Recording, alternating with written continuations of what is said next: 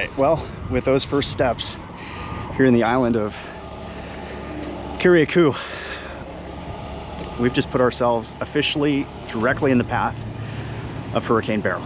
We just have to pray that the Lord will stretch his hands upon this little island, because we are so down and out financially. This island cannot stand this weather. So usually we come a little bit more prepared, but we don't have anything. We need to buy water, we need to buy some food. It's just impossible logistically to bring anything with us, just with the kind of planes we have to fly on to get here. So we're gonna see what we can find and go from there.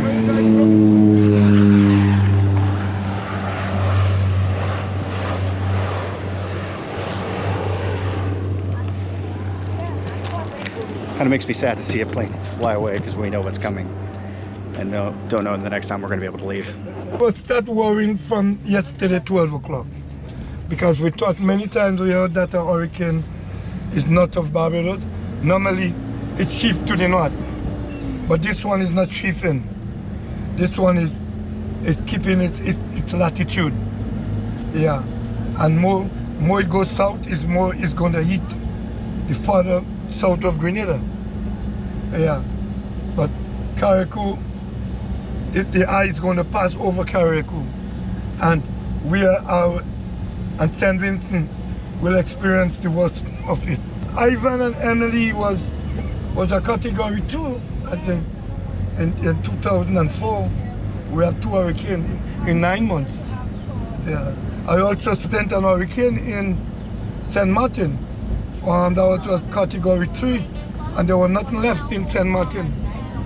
And that hurricane was Hurricane Uzi. Are you scared that that's going to be like this island after Beryl? I guess it might going to be worse, because, as I said, the houses here are not hurricane-proof house. It's just old-timey house, you know? House that has been built like self-help, because most people cannot afford to build a quality house, you know, that they can, you know, have your wood into the concrete and tie with the steel.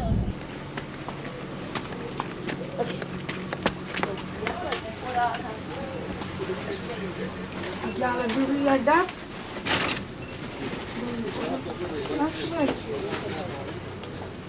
Yan kom na. Buka bag in front of you na.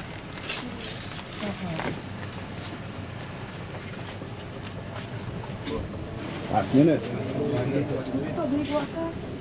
Wait. If we have enough chairs, yeah.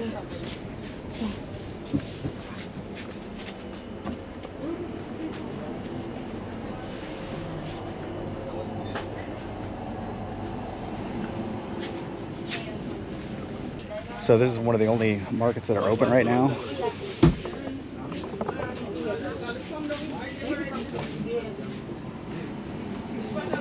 You can see still quite a few supplies, not as much water though. That's what I'm a little concerned about. I think I've seen, yeah, there's some right here. Okay, that's good. What'd you get, Brandon? Protein shake. Crackers, chips, bunch of junk, peanuts. Only thing I could. Not really ideal for what we normally would get. No, but the substance. And the bottles of water I got were in the freezer. They kept the fish, and so there's fish. That's okay. Nastiness on the bottom. I guess we'll lick it when we're really hungry. Water. Papa! Papa! You don't want to go to the shelter? In this bar school, huh? Alright. Alright. Alright. Alright. Alright. Will somebody be like that? So what's he doing? He's not going to go to the shelter? No, I say he already secured. Sometimes they tell you that they don't want to leave their home. You know? They're afraid of people coming in and stealing it? Or? No, not that. They just feel, you know, like uncomfortable. Yeah. Yeah. No more gas. No.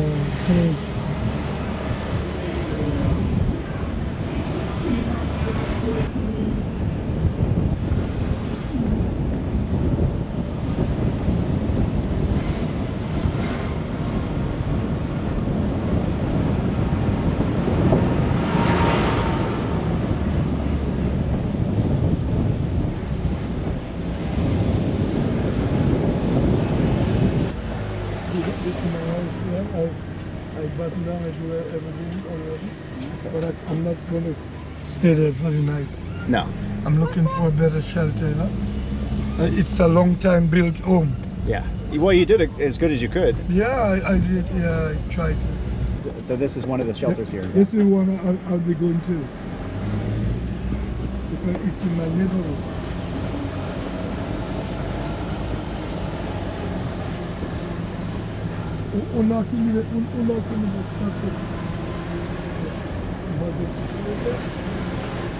Well, I mean, that shelter looks good. It looks Yeah, solid. yeah. Yeah, it's well built. That looks good, yeah. Yeah. Yeah. That's a good place to go. And that's a new building. Yeah. Yeah. So I'm going to be going there. Yeah, very smart. Yeah.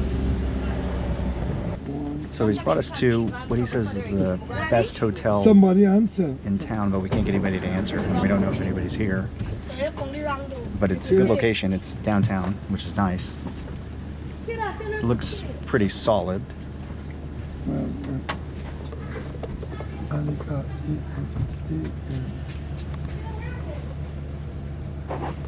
So we think we found our hotel. Our taxi, Robert, said that this is the spot. This is the safest place. They have a backup generator, which is great. You can tell the construction is very solid, which is perfect. And it does look like it can withstand a very powerful hurricane, especially compared to a lot of the construction you see around here on the island.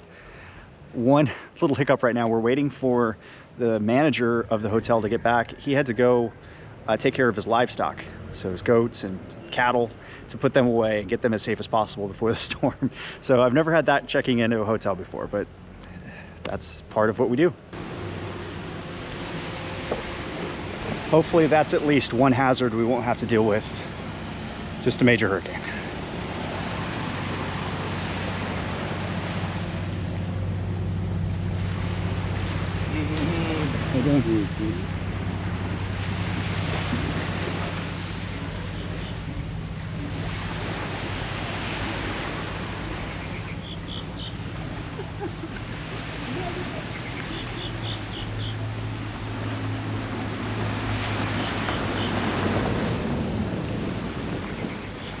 Let me guess.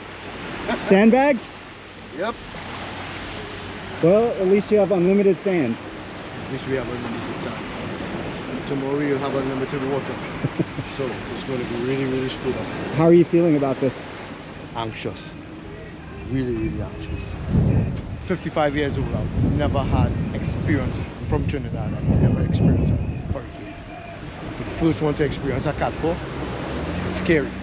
It's inevitable. We knew it was going to happen, and for some reason I know it was going to happen this year. I kept saying that to my wife. I said, I know we're going to have a hurricane this year. The scary thing about it, I also feel that it's not going to be one. We're going to have another. And this being one of the most active years that they have predicted, I think this is just preparation for more to come. What made you have that feeling? It's just one of those sickening feelings in your stomach where we have seen the dry seasons as we've had. So last year, for rainy season, we barely had rain. And then we went into a dry season with no rain from the rainy season. And just the mere fact that for the last couple of years, the last hurricane to hit Grenada was 2004. We have been spared for so many years.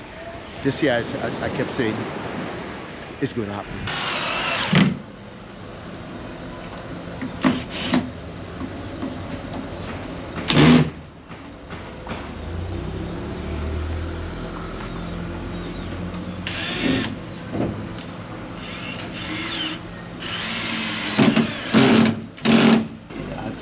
I think the last time I had experience was Emily and Ivan, but that was a long time ago, so I was kind of young at the time.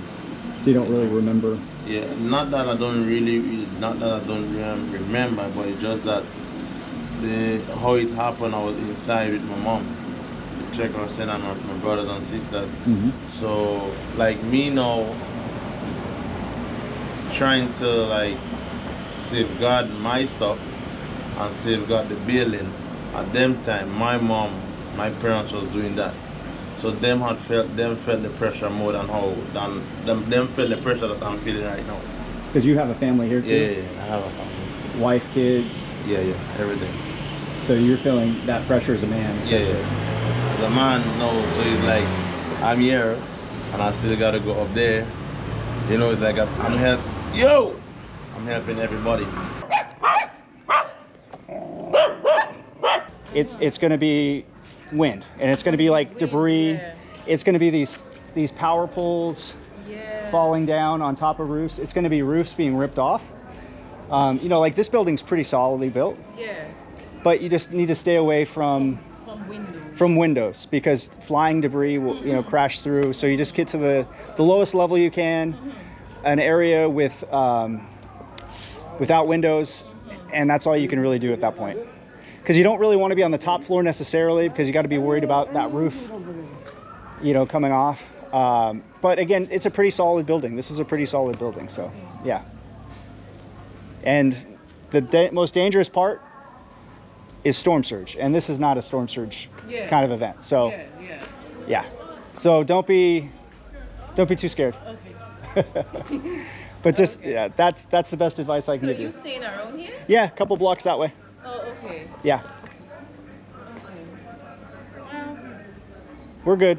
yeah, we're good. It is what it is. I mean, what are we gonna do, right? It is, yeah.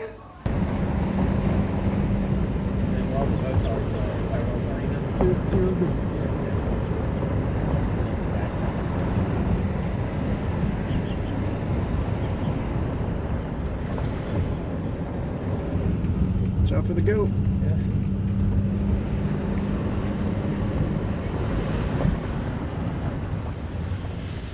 How do you describe, no matter which direction you're looking in and what you're seeing, it's not going to be the same in just a few hours. But that's exactly what this tiny island of Carriacou is facing as Hurricane Beryl is rushing right towards us.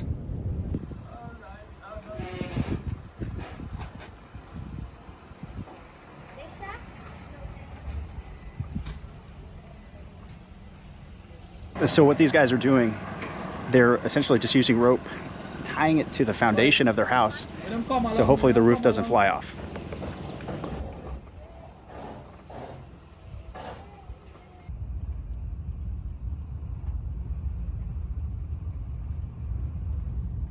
It's windward facing.